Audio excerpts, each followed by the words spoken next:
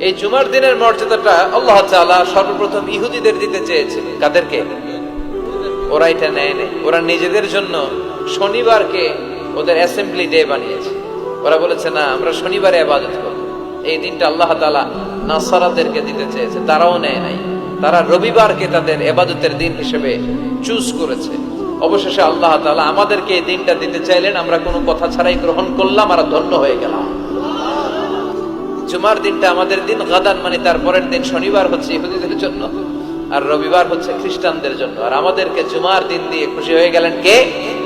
আবার বিশ্বনবী বললেন, জুমার দিনটা এমন দিন, এই দিনে আল্লাহর পক্ষ থেকে বিশেষ ফেরেশতারা মসজিদের সবগুলো দরজার মধ্যে দাঁড়িয়ে যায় এবং জুমার নামাজের আগ দিয়ে খতিব সাহেব আসার আগ পর্যন্ত লিখতে বসে যায়। কে কে মসজিদে ঢুকে নামগুলো তারা কাউন্ট করে, এন্ট্রি করে।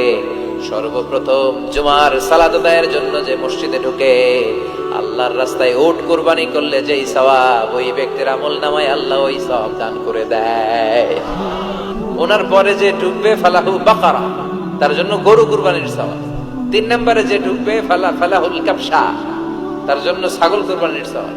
4 নম্বরে যে ঢুকবে তার জন্য ফালাহু আদ-দাজাজা, মুরগি কুরবানির সওয়াব। 5 নম্বরে যে ঢুকবে তার জন্য আল বাইদা, ডিম কুরবানির সওয়াব। সুবহানাল্লাহ পড়ে।